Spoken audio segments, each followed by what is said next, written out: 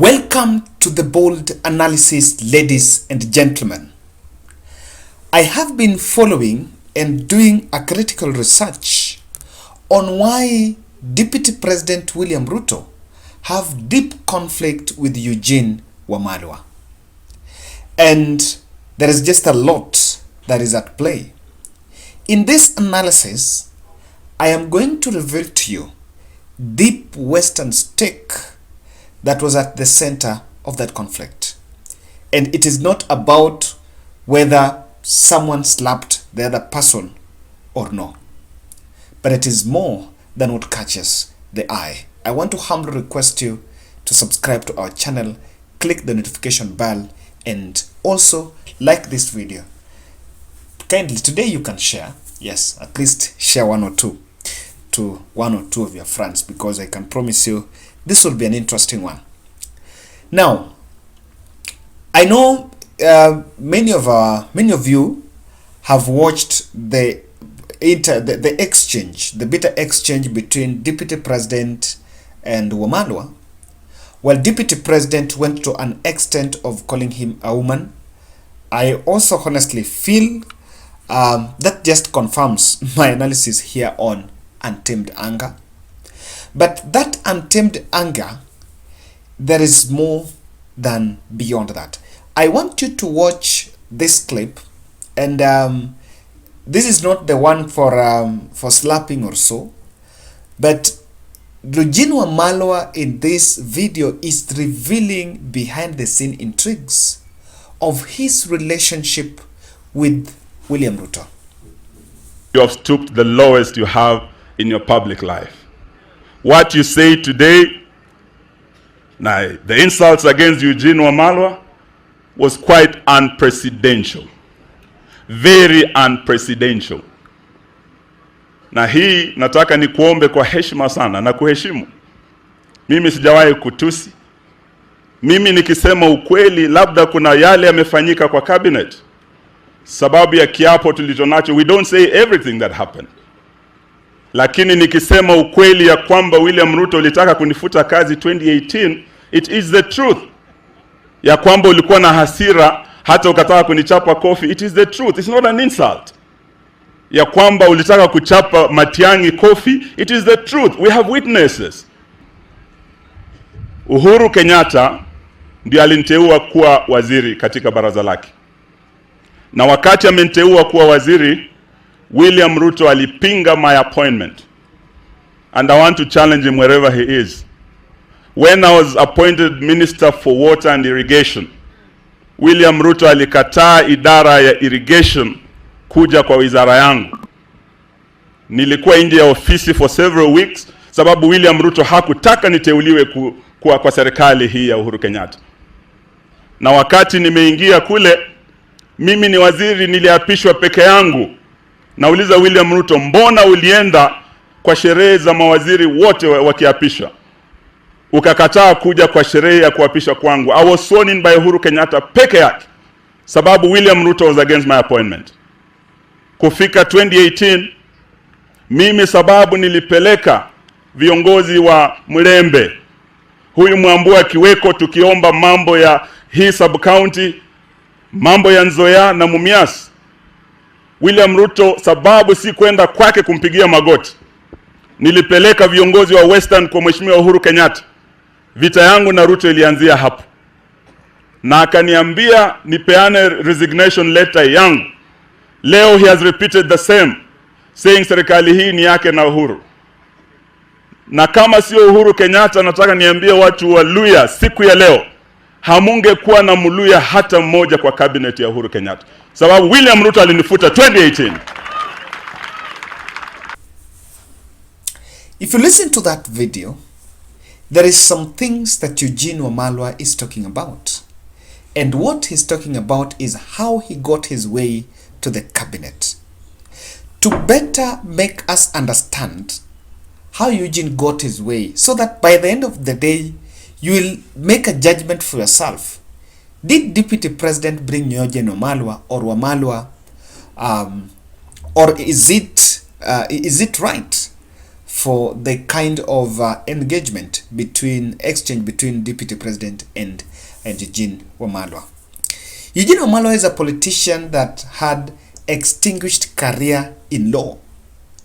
And one of his highest moments was in 2001 when he represented Museveni in a presidential petition against Kizza Besigye. So that happened then, and by then they won the case. When the elder brother, Kijana Wamalwa, passed on in 2002, he tried to vie for that Sabote parliamentary seat in the by-election and lost. But in 2007, he again came and vied for that seat under Ford Kenya. Ford Kenya was working with PNU, had a working relationship with PNU. And from there, he was a member of parliament for Sabote. Now, towards the 2012 general election is when I think is when Eugene Wamalwa came close with President Uhuru Kenyatta. Eugene Wamalwa was the Minister for Justice, Legal Affairs and Cohesion, National Cohesion. That is a docket that he had succeeded Mutula Kilonzo, and Mutula Kilonzo had succeeded the current governor of Meru, Kiritu Murungi, and Kiritu Murungi remember took over from Martha Karua in 2009 after Martha Karua walked out of the cabinet. So in 2012, he was in charge of the legal and justice affairs. That is the time that President Uhuru Kenyatta also was vying, but there was a neck on the rope with William Ruto, the ICC case. And I remember very well that in the 2012, being a minister for legal affairs, he was part of the team that marshaled the East African leaders. Because he had a relationship with Museveni, remember I told you he represented Museveni, he was in a position to work very closely with Museveni, and even took a flight with President Uhuru Kenyatta to Burundi to meet the late President Nkurunziza. He was there with Kema Kilonzo, Charity Ngilu, MPs Najib Balala. There was also Kema Kilonzo, who was then and Muskari Kombo. So that is the role that he played to make sure that President Uhuru Kenyatta and William Ruto could then be allowed to vie. And do you know what happened? So apparently there is this article that I found. It was, I think there are many articles. Just get and just search. I was supposed to be Raila's Uhuru's running mate. Now in 2013, part of the first initial plan, of course, remember before Madimoni, Uhuru had, there was this issue of Uhuru might not be on ballot, and because of cases have consequences and the whole ICC issue. So Mudavadi was first fronted, but after the Madimoni meeting, President Uhuru Kenyatta was the presidential candidate. Now, the initial plan was the president wanted Eugene Wamalwa to be the running mate. Then Deputy President William Ruto was to be the leader of majority in the National Assembly, and his deputy was to be the, the Wiper Party, current Wiper Party chairman, Chirau Ali Makwere. Of course, Chirau Ali Makwere was being plucked from the ODM side because he was formerly in the ODM. Now, that happened, but Eugene Wamalwa, the Deputy President William Ruto, refused. That is number one. But President Uhuru Kenyatta also had two considerations. That after that acrimony with Mudavadi, after shortchanging Mudavadi had decided to go all the way to the ballot. Now Raila Odinga had strong base in Western, and so Eugene Wamalwa could not galvanize the Western vote. And at that moment, William Ruto became the Deputy President. By the way, when I was just, this is one of the analysis that I even spoke to some few journalists about this, established journalist. I had some call, and was telling me, one of the journalists was telling me that, Kevin, in 2013, Uhuru fell out with Mudavadi and Eugene Wamalwa, because also Eugene Wamalwa felt shortchanged. So he was a bit in the cold until in 2015, and this is the moment Ruto says nilimtoa kwa mataa. Because after falling out with the president in 2015, in 2013, he was not given any post until 2015, when a position of the cabinet secretary in charge of water and irrigation was created. By the way, the 2013 cabinet by President Uhuru Kenyatta only had Judy Wahungu, this one who had some corruption case. And Judy Wahungu was in charge of natural resources, something there. So they only had one lawyer. Now in 2015, the position of water and irrigation was, CS of water irrigation was created, and Eugene Wamalwa was handed that position. Number one, it was strategically to be used as a vote bait for the Western, because President Uhuru Kenyatta and William Ruto were planning for the 2017. However, I want to agree with that is the moment that Deputy President then brought Eugene Wamalwa in government. Now, that was a very interesting, and I want us to understand up to that moment, because in that they went to the 2017 general election with 2 lawyers in cabinet. Now, when Uhuru named the cabinet in 2018, after they formed the government, the water and irrigation slot, and I want to agree that Ruto brought Wamalwa, because that position where Wamalwa was given to Simon Chelugui, who was William Ruto's handman. Then Eugene Wamalwa was taken to devolution, which was a position that was being occupied by Mwangi Kiunjuri. Now, if you look at that swipe, you can see that the devolution, in terms of cabinet division, devolution was for President Uhuru Kenyatta. That's why the president was in a position to appoint Mwangi Kiunjuri.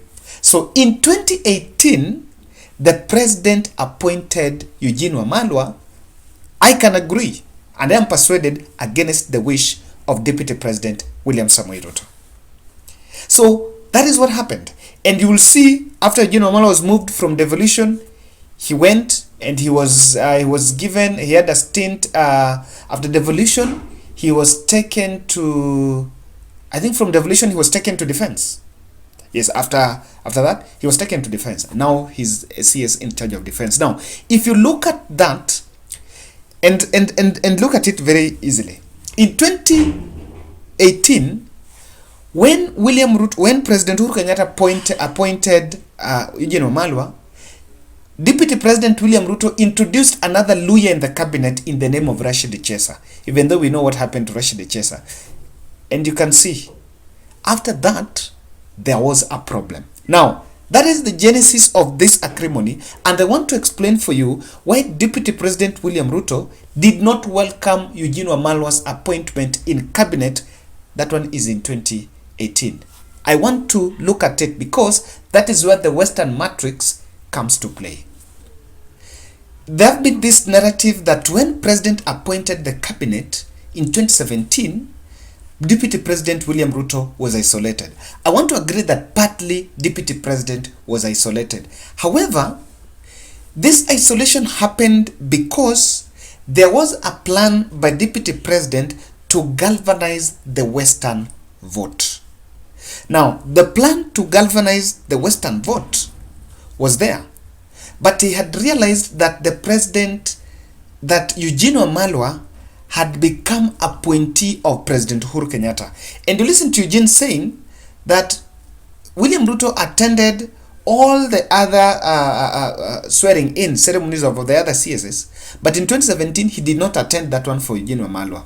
That was the initial plan by William Ruto, was to have Rashid Chesa and Eugene Wamalwa on his side so that he could galvanize the Western vote ahead of 22.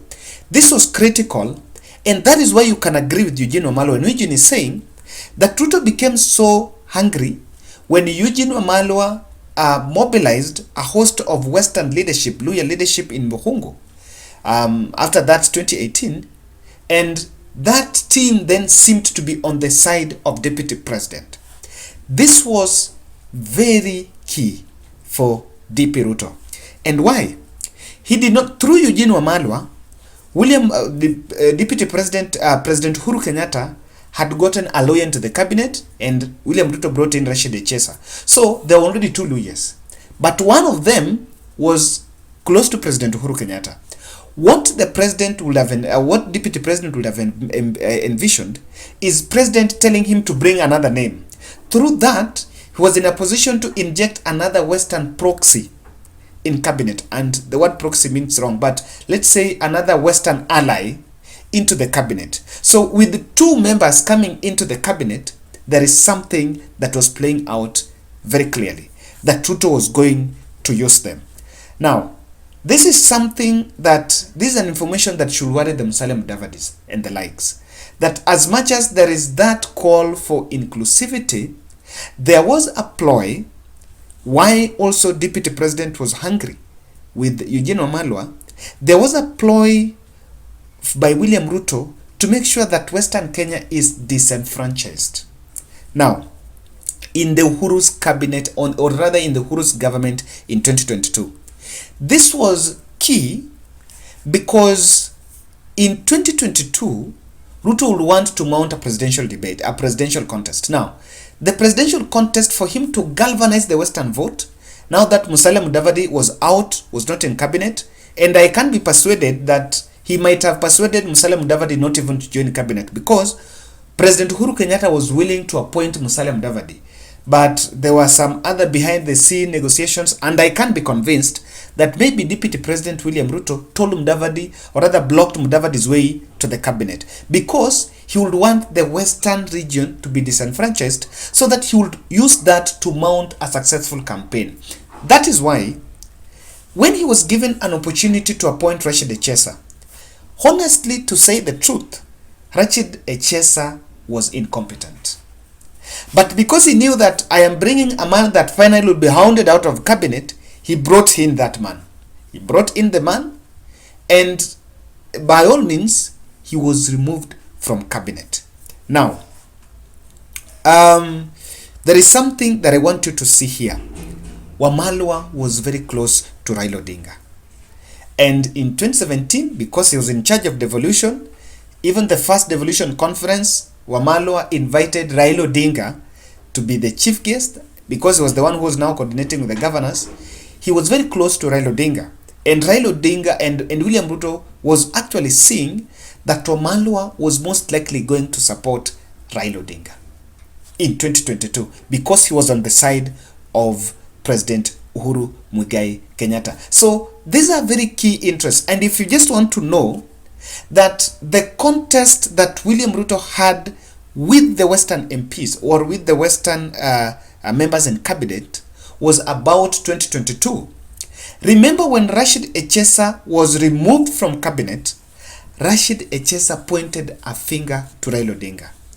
And Echesa said that the person that has chased him from cabinet is Raila Odinga, because Raila Odinga did not want a Western to be in that cabinet, a Western person to be in that cabinet. If you recall very well, that is the narrative that he used. He did not say the issues are competent. Yes, he had unkind words for President Uhuru Kenyatta, but out there he was also saying that Raila was responsible for his troubles in Uhuru's cabinet. Na mimi nataka niwaambie ya kwamba kama Raila sasa amekuwa ndio appointing authority in this country, I want to dare you, Tinga, wherever you are, come and sack me. Kuja unifute. And Raila is the person who chased him out of the cabinet. Ladies and gentlemen, that is my bold take on what exactly happened.